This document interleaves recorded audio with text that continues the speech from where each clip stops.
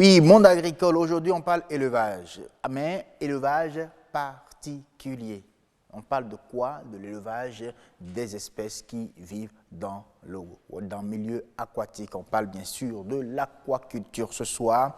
Et puis, nous allons vous offrir des techniques pour optimiser votre exploitation aquacole. Si vous êtes vraiment éleveur de poissons, éleveur d'autres espèces, pourquoi pas, des crustacés et autres. Rendez-vous tout à l'heure avec Josia Dossou-Boudjredou, qui est aussi un aquacultivateur. On peut le dire comme ça, hein, je pense, oui, parce qu'il élève des poissons aussi, lui. C'est un aquacultivateur. Alors, nous allons suivre d'abord l'élément signé Marcel Betorjo. On revient en plateau après. Aquaculture, un ensemble d'activités de production animale ou végétale en milieu aquatique. Ici, nous sommes dans l'arrondissement de Paou, plus précisément sur le lac Tao. Un groupe de jeunes s'attelle chaque jour à développer ce site d'aquaculture. Nous sommes ici sur un site de l'aquaculture. Nous faisons les deux formes d'aquaculture. On a l'aquaculture intégrée et l'aquaculture extensive. Nous avons au total 36 cages ici, donc réparties par des numéros. Nous avons deux formes de tilapia ici. Il y a le blanc et le rouge. Et nous avons aussi le craya que nous élevons, qu'on appelle enfant aboli. Et nous avons aussi le mâchoiron. Ça veut dire qu'on a trois types d'espèces que nous élevons ici. La gestion d'une exploitation apicole nécessite des dispositions au préalable. Pour mettre en place une entreprise de l'aquaculture, il faut d'abord acheter les outils dont tu as besoin pour confectionner la cage.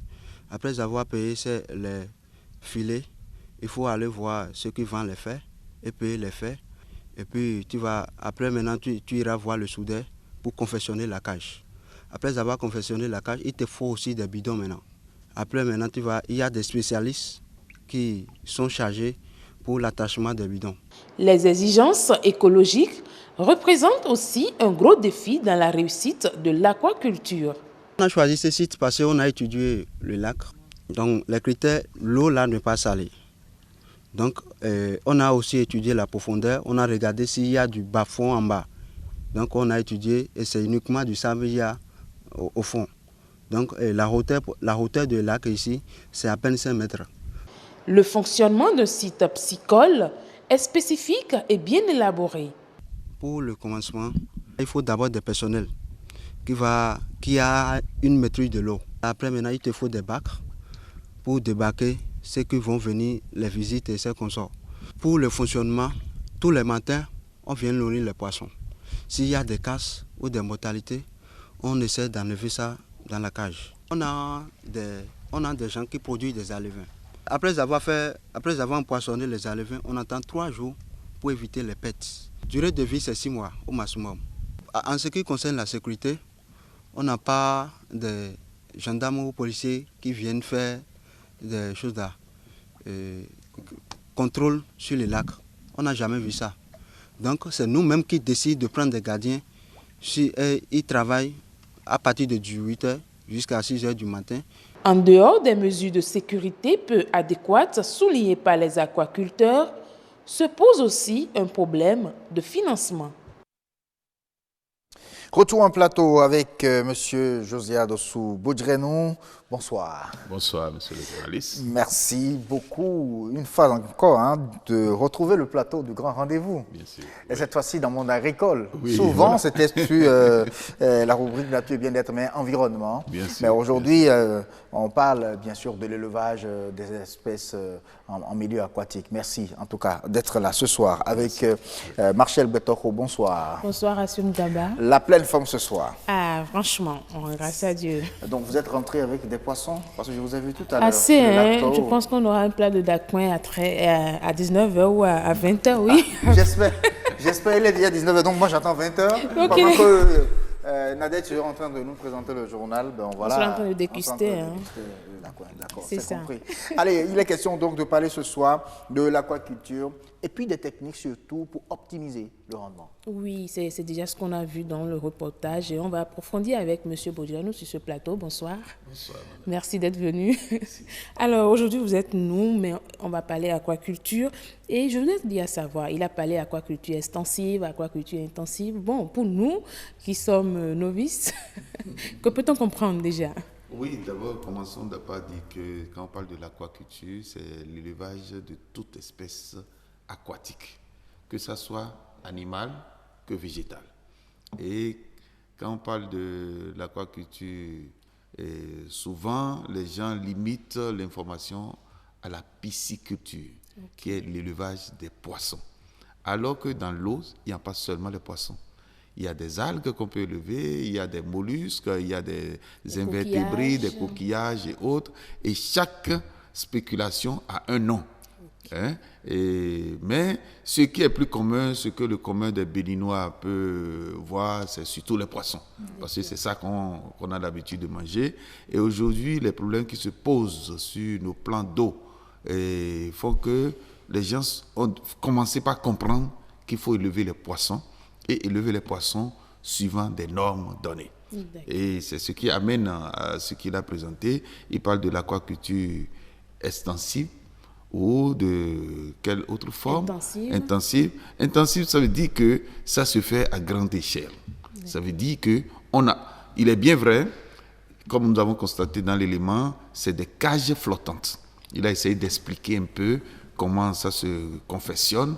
Mais ce qui nous a beaucoup marqué et qui fait le problème de l'élevage des poissons, surtout au Bénin, parce que vous voyez, nous sommes devenus indépendants bientôt une soixantaine d'années, mais on regrette, et nous continuons toujours à regretter que le poisson béninois n'est pas n'est pas sur le marché. Mais tout ce qu'on élève, ça va où alors? Écoute, c'est que la demande est tellement forte que si on interdit l'importation des poissons, on risque d'avoir des problèmes. Vous savez, plus de 90% des Béninois consomment du poisson. Ça veut dire qu'il y a très peu de gens qui peuvent se dire végétariens ou bien qui sont des végétariens. La majorité de nos populations consomment du poisson. Mais c'est que nous avons utilisé des techniques sur nos plans d'eau. Vous savez, du nord au sud, on a des cours d'eau qui fonctionnent où il y a de l'eau 365 jours l'année. Il y avait de poissons, assez de poissons sur ces plans d'eau. Mais est-ce que vous savez que certains plans d'eau sont devenus stériles? Et pourquoi? Parce que avec le temps, les gens ont utilisé des techniques, je ne dirais pas interdites ou prohibées. Ils ont utilisé des techniques pour ramasser les derniers. Ça veut dire quoi? Il n'y a pas d'espace protégé sur nos plans d'eau. Il n'y a pas d'endroit où on dit il est interdit de pêcher. Pendant telle période. Pendant telle période, les gens sont libres de pêcher partout. Maintenant, en pêchant, finalement, les gens ont constaté qu'il n'y a plus assez de poissons gros, et il y a des petits poissons peut-être. Et qu'est-ce qu'on fait? Les gens ont changé de technique. Utiliser des filets à maille réduite. Sur certains plans d'eau, les gens sont partis jusqu'à utiliser des moustiquaires destinés pour lutter contre le paludisme. Ça, c'est qu'on ramasse tous les animaux. On ramasse tout. Vous voyez que nous allons dans les villages Lacus, et jusqu'aujourd'hui, nous constatons pas plus tard que le week-end dernier dans la vallée de l'Ouémé, vous voyez des enfants en train d'utiliser des moustiquaires pour pêcher. Un grand qui passe ne dit rien. Non, c'est les enfants, ils sont en train de s'amuser. Ils vont apprendre des tout petits poissons. Mais ça a d'impact. Parce que s'il n'y a pas de petits poissons, il n'y aura pas grand. Oui. Voilà des techniques, voilà des enfants en train d'utiliser des moustiquaires, personne ne leur dit rien, alors que c'est interdit. Mais les adultes ont utilisé des engins qui ont raflé tout. Vous savez que sur certains plans d'eau, les gens vont jusqu'à utiliser même des explosifs pour tuer des poissons. On va revenir un peu vers l'aquaculture. Est-ce que vous voulez dire que ce sont ces techniques qu'on utilise au niveau du système? Voilà, cette technique, on détruit tous les plans d'eau, il n'y a plus de poissons. Finalement, les gens commencent pas à comprendre qu'il faut faire de l'élevage, il faut faire de l'aquaculture, il faut élever des poissons et autre chose pour notre consommation. Mais pourquoi est-ce que malgré qu'on fait l'élevage, on n'arrive pas à satisfaire le marché? Est-ce qu'au niveau des techniques qu'on utilise aussi sur ces sites d'aquaculture? Voilà. Comme je disais, votre interviewé sur le plan d'eau a dit, oui, il a indiqué un peu, c'est vraiment honnête. Il montre comment il a construit sa cage. Ce qui manque, ce qui a été le problème, c'est que tout le monde veut tout faire sans chercher à associer les gestionnaires, les spécialistes de chaque chose. Je recommanderais, si quelqu'un veut s'investir dans l'élevage sur les plans d'eau, ça se fait avec des cages flottantes. Il faut chercher à savoir qui sont ceux qui savent le faire, et c'est eux qui font. Ce n'est pas aller acheter le fer, aller acheter le bidon, aller acheter le filet. Il y a des spécialistes pour chaque chose. Et les spécialistes vous installent les cages flottantes. Mais ça ne suffit pas. Il a parlé des alevins. Il y a des alevins. Les alevins doivent être de certaines qualités. Quelles sont les souches qu'on veut élever? Ce n'est pas quelqu'un, je sais faire l'induction, je sais faire la reproduction artificielle, je produis des alevins, on achète, on amène sur le plan d'eau. C'est très dangereux. Et c'est ça la source des échecs. Il a signalé qu'on peut enregistrer des cas où il y a des mortalités de poissons et autres. Ça peut être dû à la souche. Ça peut être dû aux conditions du milieu, la qualité de l'eau. Il y a beaucoup de facteurs qui ne sont pas pris en compte. L'alimentation des animaux, des poissons. L'alimentation. Vous savez, nous donnons la formation à des jeunes pour faire l'élevage de poissons. Le plus grand problème, c'est que les gens n'ont pas appris à respecter les règles. Les gens connaissent peut-être les règles, mais les respecter, ce n'est pas leur fort. On explique aux gens, le poisson a besoin d'être nourri 2 fois par jour, au moins. Des gens vont jusqu'à 3 fois, mais 2 fois. Parce que le poisson qui est dans la nature, il n'y a pas d'heure pour manger. Le poisson mange à tout moment. Mais quand vous mettez les poissons en cage, vous les emprisonnez. Vous devez choisir les nourrir à une heure précise le matin et une heure précise le soir. Mais il ne suffit pas seulement de nourrir, c'est quelle qualité d'aliments. Et là, quand nous donnons la formation aux gens, on dit voilà les qualités d'aliments qui existent, ce qu'il faut utiliser. Le Béninois a cette tendance, oui, moi je peux fabriquer mon aliment moi-même. J'ai des sous-produits. Mais est-ce que vous combinez les sous-produits pour que le poisson ait ce qu'il faut? Mais l'autre question que je veux poser aussi, est-ce qu'il n'y a pas une part de responsabilité parce que de l'État en place, est-ce qu'il ne devait pas avoir un suivi? Parce qu'au niveau des poissons, c'est vrai, on peut faire son site d'aquaculture et tout ça, mais il devait avoir un contrôle pour voir si réellement les techniques sont respectées, si les normes requises en la matière sont respectées. Est-ce qu'il n'y a pas aussi un manque à ce niveau? Je crois qu'il y a eu de laisser aller. Pendant longtemps, je dis 60 ans d'indépendance, le poisson béninois n'est pas dans un marché. Je continue toujours à le dire pour que les gens puissent relever ce défi. On ne peut pas continuer à avoir la mer à côté qui n'est pas encore partie malgré les changements climatiques, le fleuve du sud au nord ou de nord au sud, et on n'est pas capable de lever les poissons suivant les règles jusqu'à amener notre poisson au marché. Au Nigeria, tout près, il y a du poisson au marché. Vous allez dans des marchés traditionnels locaux, vous voyez des clarias, des tilapias qu'on amène pour faire. C'est que pendant longtemps, il y a manqué ce suivi. Mais heureusement, je crois que ces dernières années, c'est qu'il y a une loi qui est prise. On appelle ça la loi cadre sur...